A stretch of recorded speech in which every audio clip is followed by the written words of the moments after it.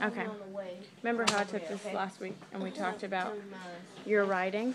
I read through it and I had some questions, but I just want you to tell me about it first.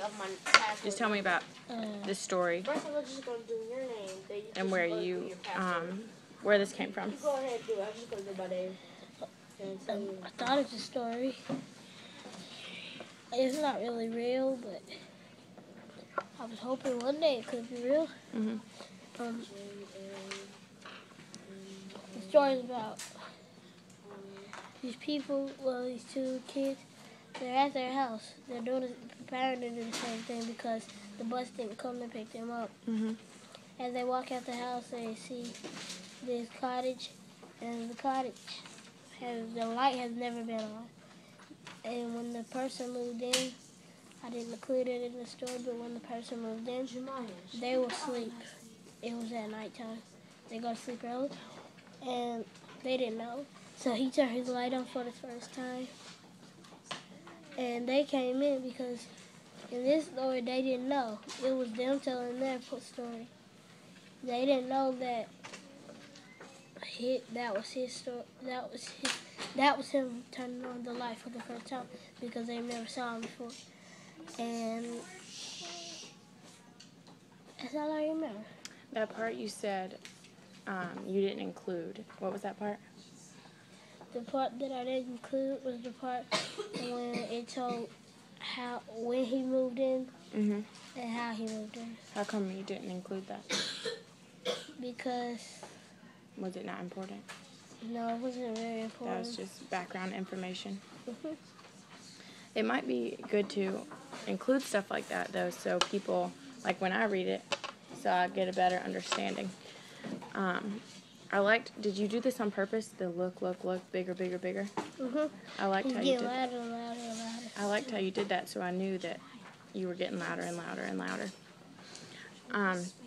But I had a couple of questions. It says, Q, you had the Q and U somewhere. Where's that part? Do you know what I'm talking about? It's one of the words.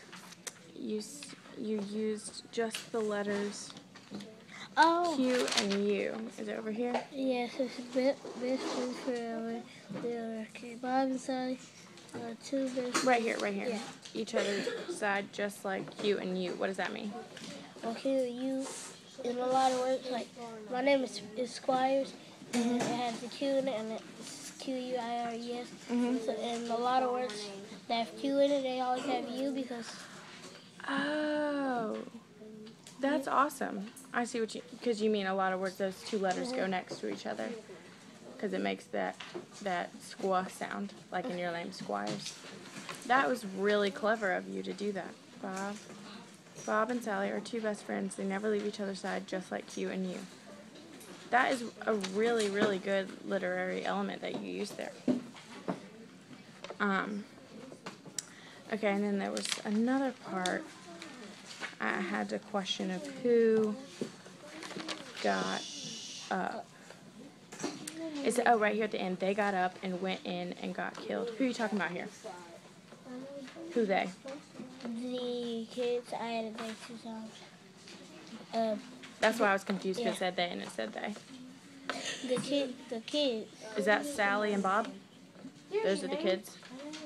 So Sally and Bob, the next day The reason I couldn't put their name is because I had to finish it because it was almost time to type it in and finish it, but... That's okay. I just wanted to know who you were talking about.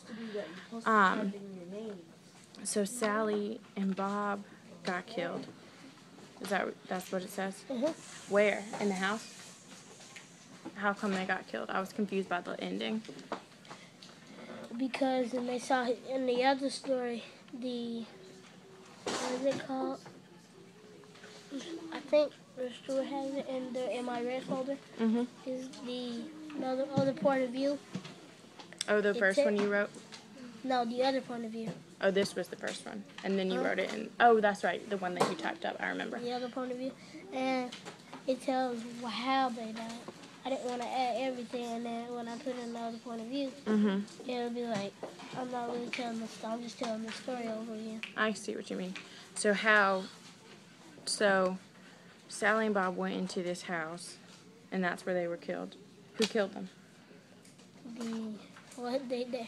They weren't exactly killed. They saw the man's face and they passed out and didn't wake up, so the people assumed they were killed.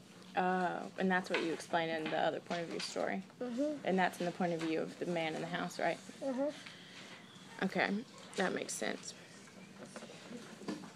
So, when you started,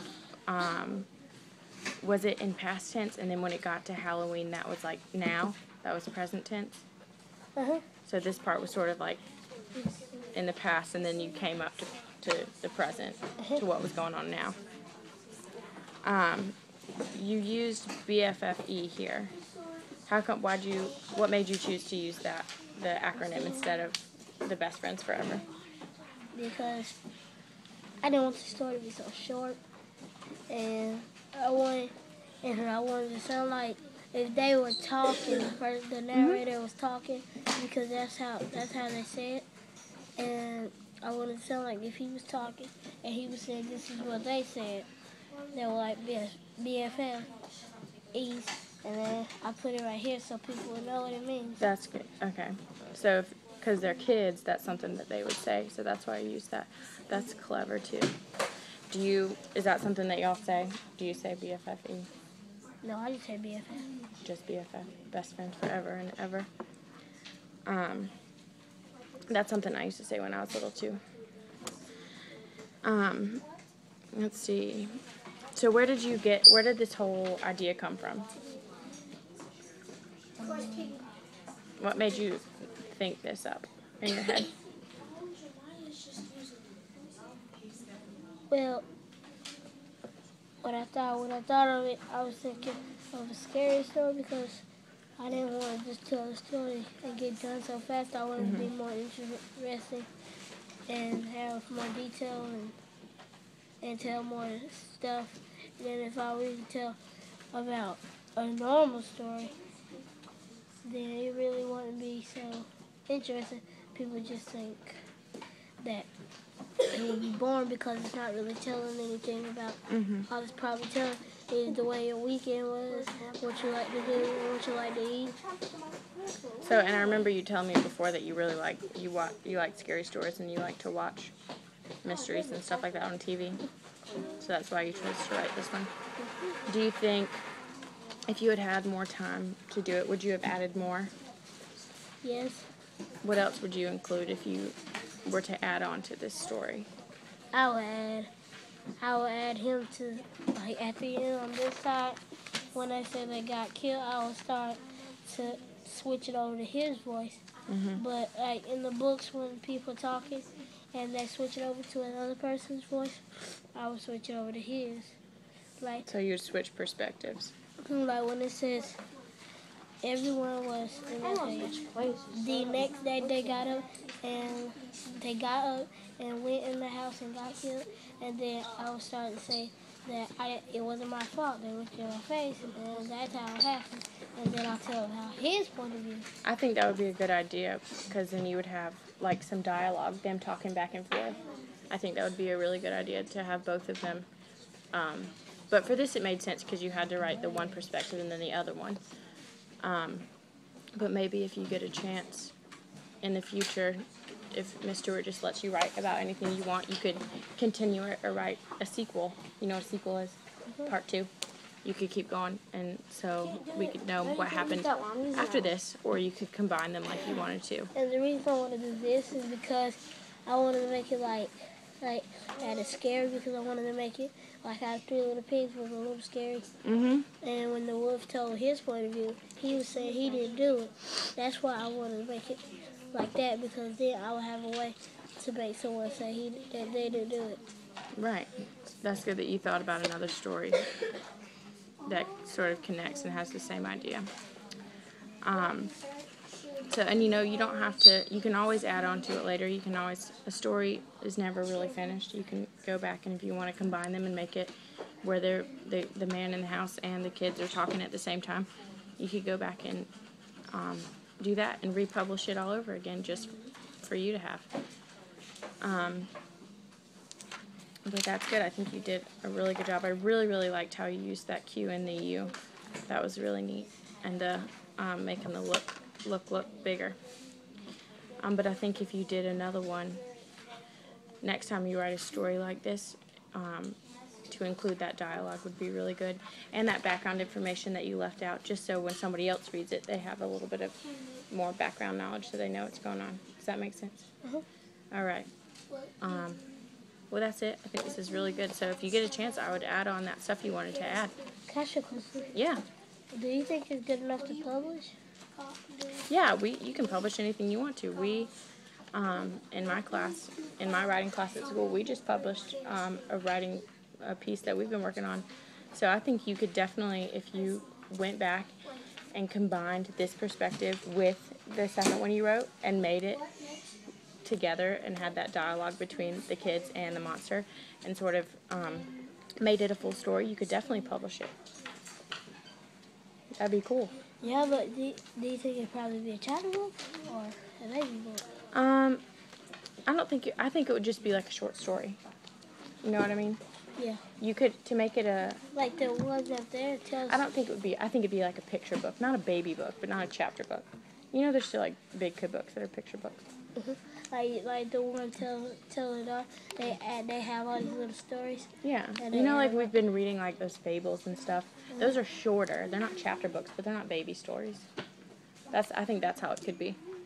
Just a good story, and you could, I mean, when you're done, you could go back and you could add illustrations. You could add pictures to it. Oh. That would be cool. So this is something you could work on all this semester or all year, and keep adding to it. Do the authors have to draw their own pictures, or do the people draw? You don't have to. If you look on the front of a book, you'll see it says written by and then illustrated by. So sometimes it's the same person, and sometimes it's two different people. Somebody writes a book. Do he have to draw, or do the company draw it for him? Usually you get somebody who is a really good drawer draw it. Not necessarily the company, but you might have a friend who's a really good drawer, and you might have them do it for you. So then on the book you would say, written by James Squires, illustrated by whoever wrote it, whoever drew the pictures. Or you could do it yourself if you wanted to. I'm not a very good drawer, so if it were me, I'd have somebody else do it. But you might have good artistic skills and want to do it yourself. Okay? Okay. All right.